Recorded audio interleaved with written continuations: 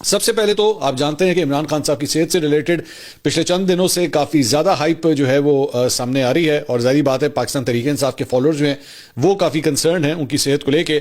کل رات کو تقریباً کوئی 12:30 بجے کے قریب پمز ہاسپٹل کے جو ایگزیکٹو ڈائریکٹر ہیں انہوں نے اپنا یہ ویڈیو بیان جو ہے وہ جاری کیا ہے عمران خان صاحب کی صحت کو لے کے، اور یہ پہلی دفعہ میں یہ سمجھتا ہوں کہ ایک پراپر ہیلتھ بلٹن جو ہے وہ جاری کیا گیا ہے کہ ایکچولی ہوا کیا ہے۔ اس سے پہلے چمگوئیاں ظاہری بات ہے جرنلسٹ نے جو ہے وہ رپورٹ بھی کیے ہیں، مختلف جرنلسٹ نے، لیکن کسی ہاسپٹل ذرائع سے جو ہے وہ پہلی دفعہ باقاعدہ طور پہ جو ہے یہ بیان سامنے آیا ہے۔ یہ جناب ایگزیکٹو ڈائریکٹر ہیں پمز کے رانا عمران سکندر صاحب، انہوں نے ویڈیو بیان جاری کیا۔ انہوں نے کہا جی سینئر ڈاکٹرز نے اڈیالہ جیل میں بانی پی ٹی آئی کی مکمل آنکھوں کا معائنہ کیا تھا۔ بانی نے دائیں آنکھ میں بینائی میں کمی کی شکایت کی تھی۔ سینئر ڈاکٹر نے بانی کی دائیں آنکھ کے ضروری ٹیسٹ تفصیلی طور پر کیے۔ بانی پی ٹی آئی کی دائیں آنکھ میں سینٹرل ریٹنل وین اوکلوژن کی تشخیص کی گئی۔ سینئر ڈاکٹر نے بانی پی ٹی آئی کو مزید علاج کے لیے ہسپتال بھیجنے کی سفارش کی۔ ہفتے اور اتوار کی درمیانی شب بانی پی ٹی آئی کو تجویز کردہ علاج کے لیے پمز لایا گیا۔ بانی پی ٹی آئی کو مرض اور علاج تفصیل سے سمجھایا گیا۔ علاج سے پہلے بانی پی ٹی آئی سے باقاعدہ تحریری رضامندی بھی حاصل کی گئی۔ بانی پی ٹی آئی کا علاج آپریشن تھیٹر میں جراثیم سے پاک ماحول اور نگرانی میں کیا گیا۔ بانی پی ٹی آئی کا علاج جو ہے وہ تقریباً 20 منٹ میں بخیر و خوبی جو ہے وہ مکمل ہوا۔ علاج کے دوران مریض کی وائٹل علامات جو ہے مستحکم رہیں، اور بانی پی ٹی آئی کو ہدایات فالو اپ مشورے دستاویز کے ساتھ جو ہے ڈسچارج کیا گیا۔ اچھا، میں ان کا ویڈیو بیان جو ہے میں دیکھ رہا تھا، انگلش کے اندر جو ہے وہ یہ بول رہے تھے، لگ اس طرح رہا تھا کہ ایک ریٹن سٹیٹمنٹ ہے جس کو وہ یہ پڑھ رہے ہیں، یا تو انہوں نے بڑی زبردست طریقے سے یاد کیا ہوا تھا لیکن ہر لفظ جو ہے بڑا چن چن کے جو ہے وہ یہ بول رہے تھے۔ تو بہرحال یہ ڈیٹیل جو ہے اب سامنے آئی ہے۔ اب 20 منٹ میں کیا یہ علاج ہو سکا، کیا آئندہ ہوگا دوبارہ یہ ریپیٹ کیا جائے گا یا نہیں، اس کے بارے میں کچھ نہیں پتا، لیکن جتنے منہ اتنی باتیں، مطلب ہر کوئی جو ہے وہ اس کے اوپر بات کر رہا ہے۔ میں یہ نہیں کہہ رہا کہ عمران خان صاحب کا ہی یہ کیس ہوگا۔ مجھے ایک صاحب نے ایکچولی کل رات کو ایک میسج کیا اور وہ میرے پاس پڑا بھی ہوا ہے، اس میں انہوں نے کہا کہ جی یہ جو بیماری عمران خان صاحب کی بتائی جا رہی ہے، یہ ان صاحب کا کہنا ہے، میں دوبارہ یہ کہہ رہا ہوں کہ عمران خان صاحب کا کیس بالکل ڈفرینٹ ہو سکتا ہے، ڈز ناٹ مین کہ ان کے ساتھ بھی یہی سب کچھ ہوگا، لیکن ان صاحب نے مجھے کہا کہ جی جس بیماری کے بارے میں بتایا جا رہا ہے، میری اپنی ایک آنکھ جو ہے وہ اس وجہ سے ضائع ہو چکی ہے، اور انہوں نے کہا کہ میری دوسری آنکھ کے اندر بھی اب مجھے یہی پرابلم جو ہے وہ ہونا شروع ہو گئی ہے، تو یہ بڑی خطرناک بیماری ہو سکتی ہے اگر اس کی پراپر ٹریٹمنٹ نہ کی جائے۔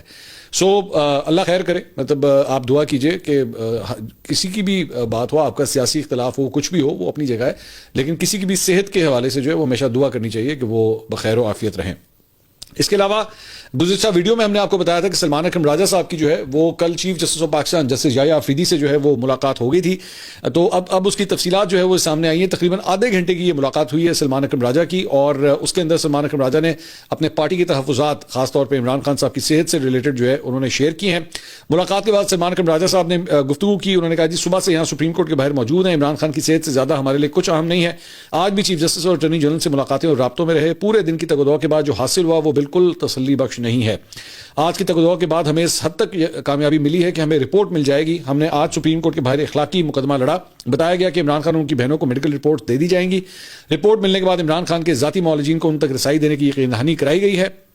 سلمان اکرم راجہ نے کہا کہ عمران خان کے وکلا، خاندان اور رفقا کے ساتھ ملاقات کے لیے جدوجہد جاری رہے گی۔ اگلے لائے عمل کے لیے آج ہی سیاسی کمیٹی کا اجلاس ہوگا۔ بانی پی ٹی آئی نے لائے عمل دینے کا حتمی اختیار محمود اچکزئی راجہ ناصر عباس کو دیا ہے۔ آج کی میڈیکل رپورٹ سے ہمیں عمران خان کی آنکھ کی صورتحال کا پتہ چل جائے گا۔ یہ میڈیکل رپورٹ حاصل کرنا ہمارا مطمع نظر نہیں تھا۔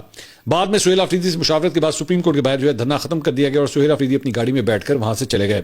نجم سیٹھی صاحب نے اپنے ایک پروگرام میں جو ہے وہ یہ دعویٰ کیا کل، انہوں نے کہا پہلے یہ فیصلہ ہوا کہ جیل کے اندر ہی جو ہے وہ عمران خان صاحب کی اس بیماری کا جو ہے وہ علاج کیا جائے، لیکن اس کے بعد اس بات کا جو ہے وہ ڈر پیدا ہوا کہ خدا نخواستہ، کیونکہ ظاہری بات ہے آپریشن تھیٹر کا ایک اپنا ماحول ہوتا ہے، سینیٹائز کیا جاتا ہے، اس کو ہر چیز کا دھیان رکھا جاتا ہے، اکوپمنٹ جو ہے وہ وہاں پہ صحیح طریقے سے پڑا ہونا چاہیے، اور اس کے علاوہ ٹولز وغیرہ جس کے ذریعے آپریشن جو ہے وہ کیا جاتا ہے، مشینری وہاں پہ موجود ہوتی ہے، یہ ساری چیزیں جیل کے اندر نہیں ہوتی۔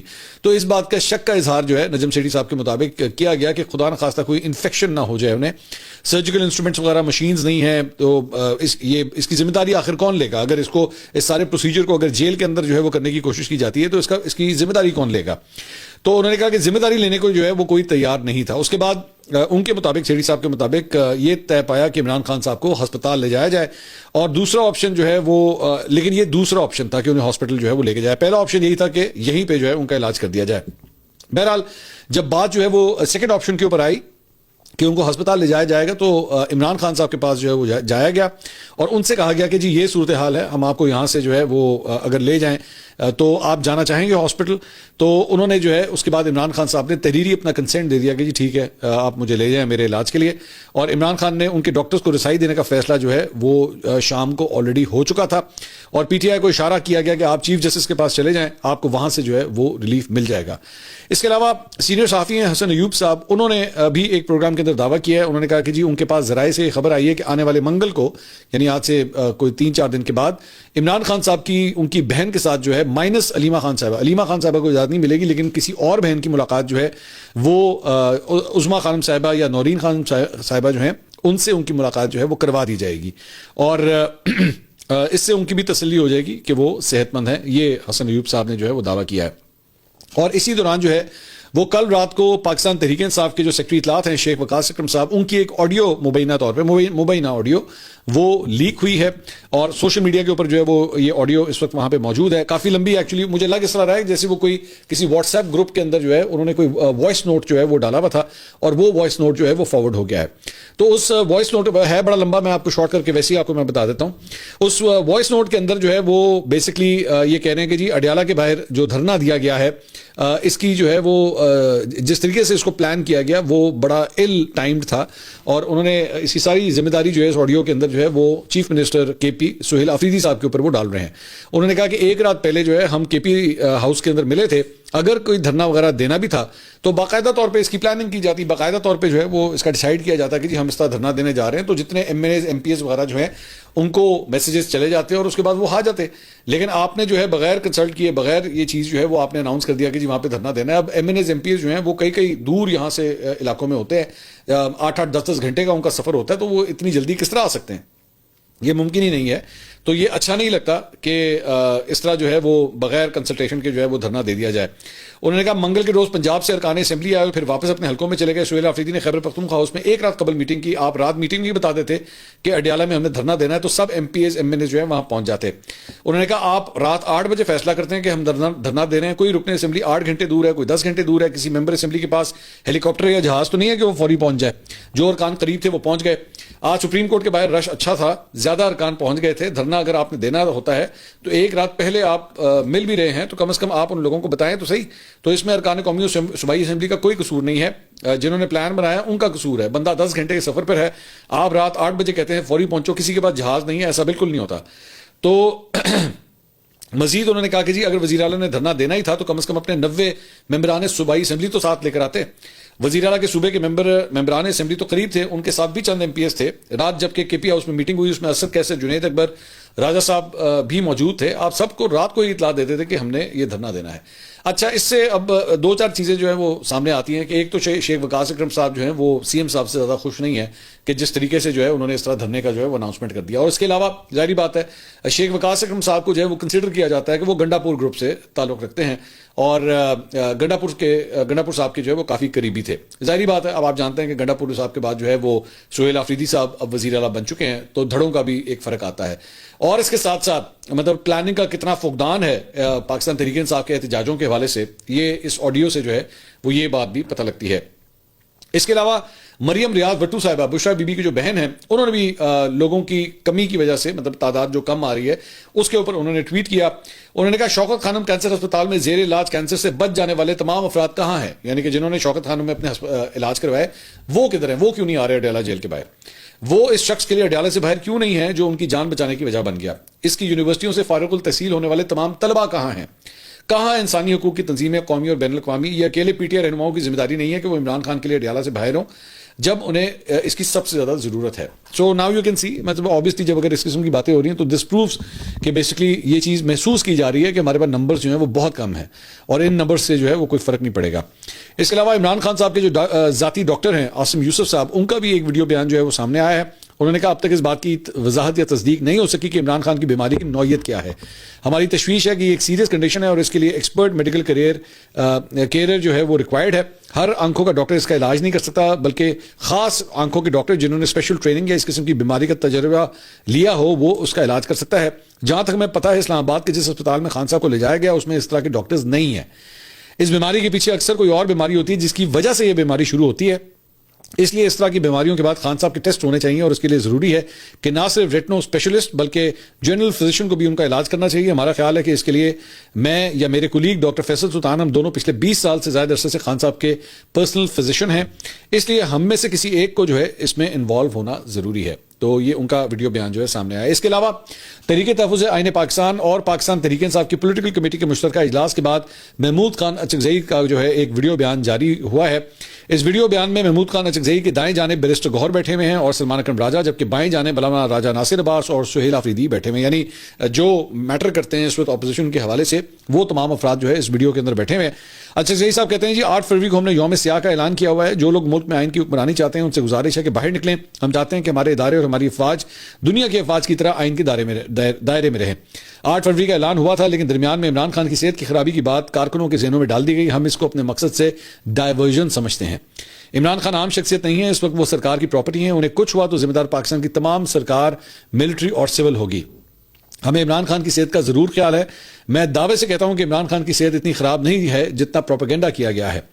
ہم اس کی ذمہ داری لیں گے. اصل میں ہمیں ہمارے مقصد سے ہٹایا جا رہا ہے. میں تحریک تحفظ آئین پاکستان کی تمام پارٹیوں بالخصوص پی ٹی آئی کے کارکنوں سے کہ وہ مہربانی کریں اور اپنے مشن سے پیچھے نہ ہٹیں. وہ جہاں جہاں کے رہنے والے ہیں مشرق سے مغرب تک نکلیں اور دکانداروں کے پاس جائیں اور کہیں کہ اس وسطائی حکومت کے خلاف ہمارے ساتھ تعاون کریں اور 8 فروری کو دکانیں اور کاروبار بند کریں. ٹرانسپورٹ تنظیمیں بھی ہمارا ساتھ دیں.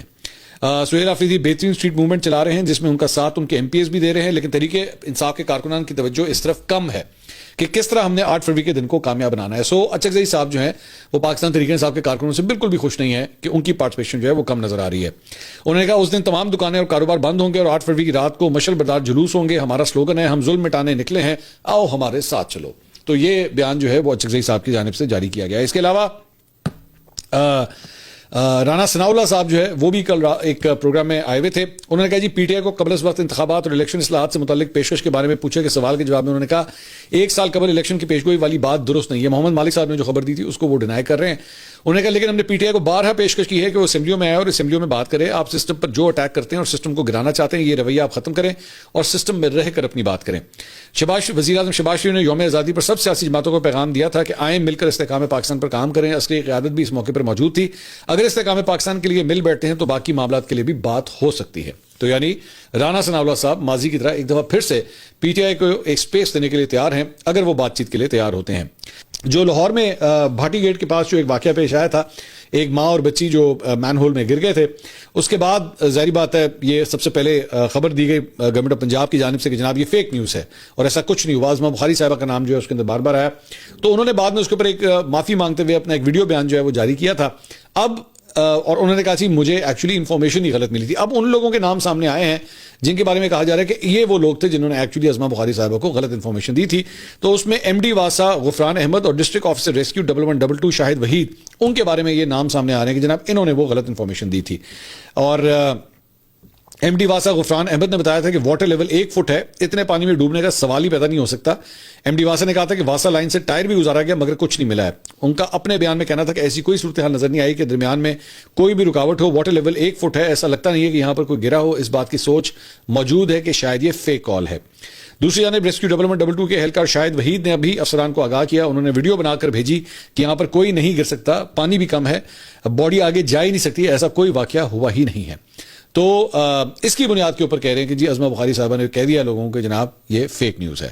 تو یہ ایک ڈیمیج کنٹرول کرتے ہوئے جو ہے وہ یہ چیز بھی ہوئی ہے. اس کے علاوہ ہم نے پچھلے ویلاگ میں آپ کو بتایا تھا کہ بڑی گھٹیا حرکت جو ہے وہ اس ماں اور بیٹی کی فیملی کے ساتھ جو ہے وہ ہوئی, خاص طور پہ ان کے شوہر کے ساتھ, کہ ان کے شوہر نے کلیم کیا کہ جی ان کے اوپر تشدد بھی کیا گیا ہے اور اس کے بعد اس خاتون کے حوالے سے بڑی نازیبا قسم کی گفتگو جو ہے وہ چند پولیس افسروں نے کی تھی.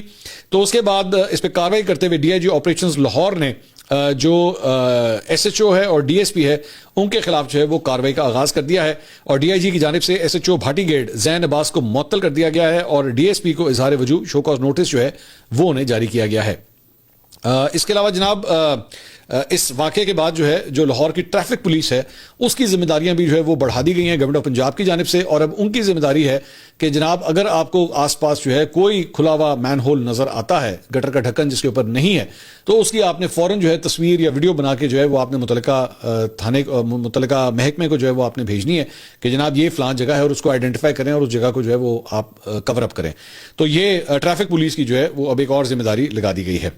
اس کے علاوہ جناب ایک اور خبر جو ہے وہ یہ ہے کہ انسداد الیکٹرانک کرائم ایکٹ کی عدالت کے جج نے استغاثہ کی درخواست کے اوپر ایمان مزاری اور ہادی علی چٹھا کیس کے فیصلے میں ایران اور دیگر ممالک سے متعلق پیراگراف جو ہے وہ حذف کرنے کا حکم جاری کیا ہے. اس پیراگراف کے اندر پہلے جب یہ فیصلہ آیا تھا تو اس میں ایران کو ایک دہشت گرد ملک کے طور پہ جو ہے ڈکلیئر کر دیا گیا تھا. مطلب جج صاحب نے پتہ نہیں پڑھا تھا کہ نہیں پڑھا تھا.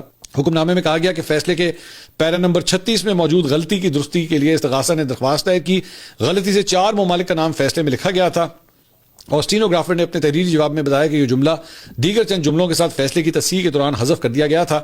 اسٹینوگرافر کے مطابق جملہ حتمی پرنٹ کے وقت غلطی سے دوبارہ فیصلے میں شامل ہو گیا, تاہم اسٹینوگرافر کی غلطی میں بدنیتی شامل نہیں تھی. ایک بہت بڑا ڈپلومیٹک رو جو ہے وہ بن سکتا تھا کہ آپ کی ایک عدالت کے فیصلے کے اندر جو ہے ایران کو, جو کہ آپ کا پڑوسی ملک ہے, اسے آپ نے دہشت گرد ملک جو ہے وہ ڈکلیئر کر دیا ہے.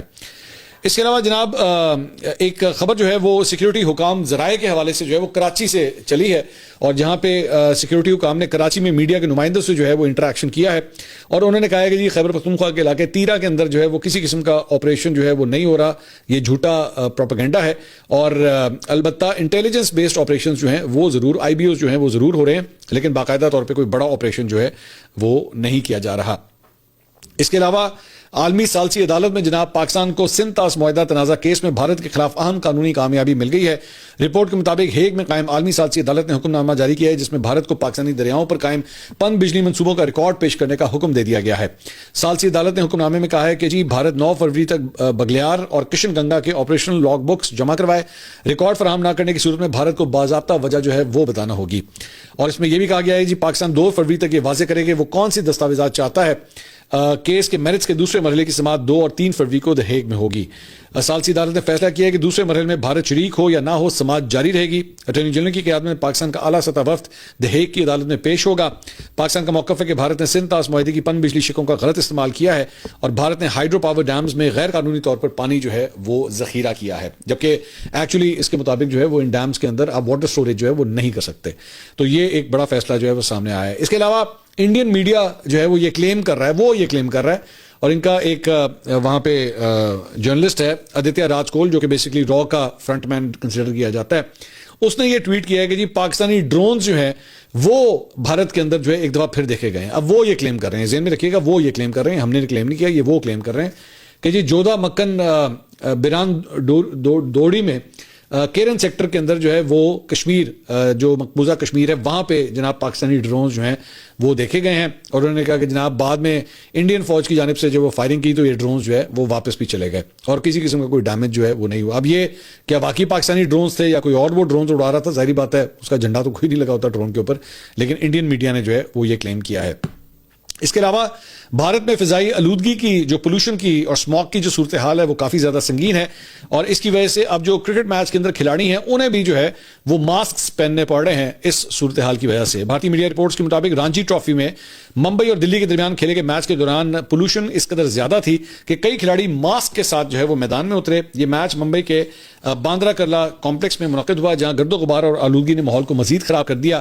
میڈیا کے مطابق گراؤنڈ کے اطراف جاری تعمیراتی سرگرمیوں کے باعث آلودگی کی سطح میں غیر معمولی اضافہ ہوا ہے, اور اس صورتحال کے پیش نظر ممبئی کے بیٹرز سرفراز خان, مشیر خان اور ہمانشو سنگھ نے احتیاطی تدابیر کے طور پہ ماسکس پہن کے جو ہے وہ میچ کے اندر حصہ لیا. اب یہیں پہ جو ہے وہ T20 ورلڈ کپ بھی ہونے جا رہا ہے, تو جو فورن پلیئرز آئیں گے وہاں پہ آلریڈی ایک وائرس بھی پھیلا ہوا ہے انڈیا کے اندر, اس کا بھی ایک مسئلہ ہے, اور اس کے بعد پولوشن بھی جو ہے وہ ایک اور مسئلہ ہے جس کا ان کو سامنا کرنا پڑے گا. یہ تھی اب تک کی اپڈیٹس. اگلی ویڈیو میں آپ سے دوبارہ ملاقات ہوگی. اللہ حافظ.